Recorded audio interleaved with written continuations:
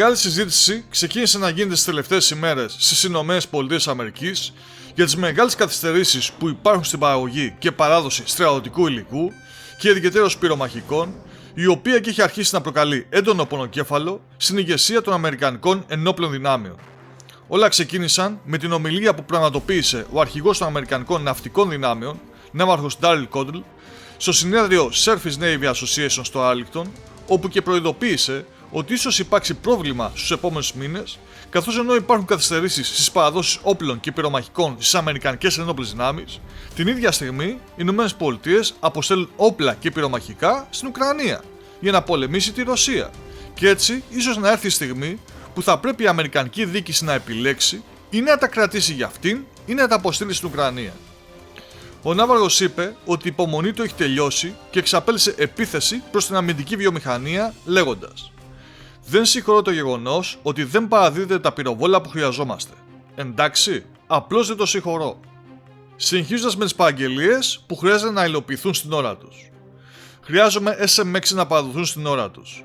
Χρειάζομαι περισσότερες τορπίλες Max 48 να παραδοθούν στην ώρα τους. Και τόνισε την κρισιμότητα της κατάστασης. Μιλάμε για τον πόλεμο που μένεται, την εθνική ασφάλεια και την αντιπαράθεση με έναν ανταγωνιστή και έναν πιθανό αντίπαλο, εννοώντας την Κίνα, που δεν μοιάζει με τίποτα που έχουμε δει ως τώρα. Δεν μπορούμε να γελιόμαστε με αυτές τις παραδόσεις.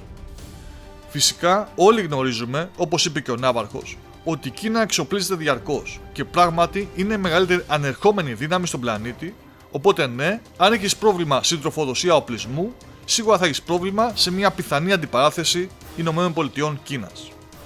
Πάντως και ο Υπουργός του Ναυτικού, Κάρλος Δελτόρο, ο οποίος και είχε πρόσφατα επισκεφτεί την Ελλάδα, όταν ρωτήθηκε, εξέφρασε τον έντονο προβληματισμό του, προειδοποιώντας και αυτός ότι αν η σύγκρουση, εννοώντας την Ουκρανία, συνεχιστεί για άλλους 6 μήνες έως έναν ακόμη χρόνο, σίγουρα θα συνεχιστεί η πίεση της αλυσίδας εφοδιασμού με τρόπους που θα είναι δύσκολοι, εννοώντας ότι θα αποτελέσει πρόκληση για τις Αμερικανικές ένοπλες δυνάμεις.